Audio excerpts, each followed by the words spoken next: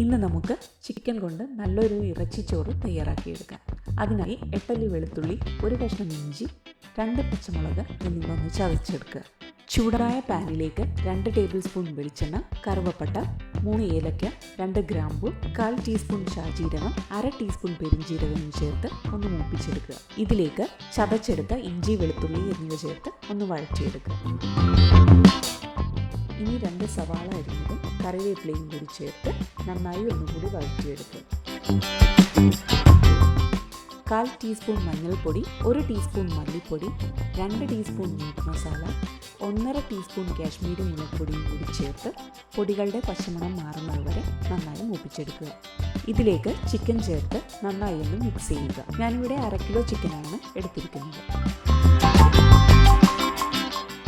ഇനി ഇതിലേക്ക് 2 table spoon തൈര്, 1 തക്കാളി അരിഞ്ഞത്, 1 പിടി മല്ലിയില, പുതിനയില, ഉപ്പ് എന്നിവ ചേർത്ത് നന്നായി ഒന്ന് യോജിപ്പിച്ച് ചെറുതീയിൽ മൂടി വെച്ച് ചിക്കൻ വേവിച്ചെടുക്കുക.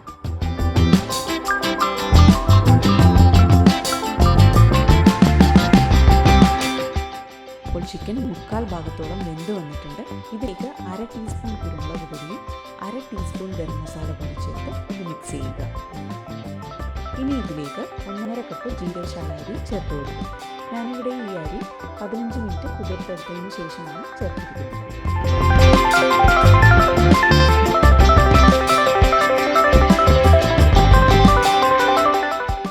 ഇതിലേക്ക് 2.25 കപ്പ് ചൂടുവെള്ളവും ആവശ്യത്തിന് ഉപ്പും ചേർത്ത് ചെറുതീയിൽ മൂടി വെച്ച് ഇത് നമുക്ക് വേവിച്ചെടുക്കാം.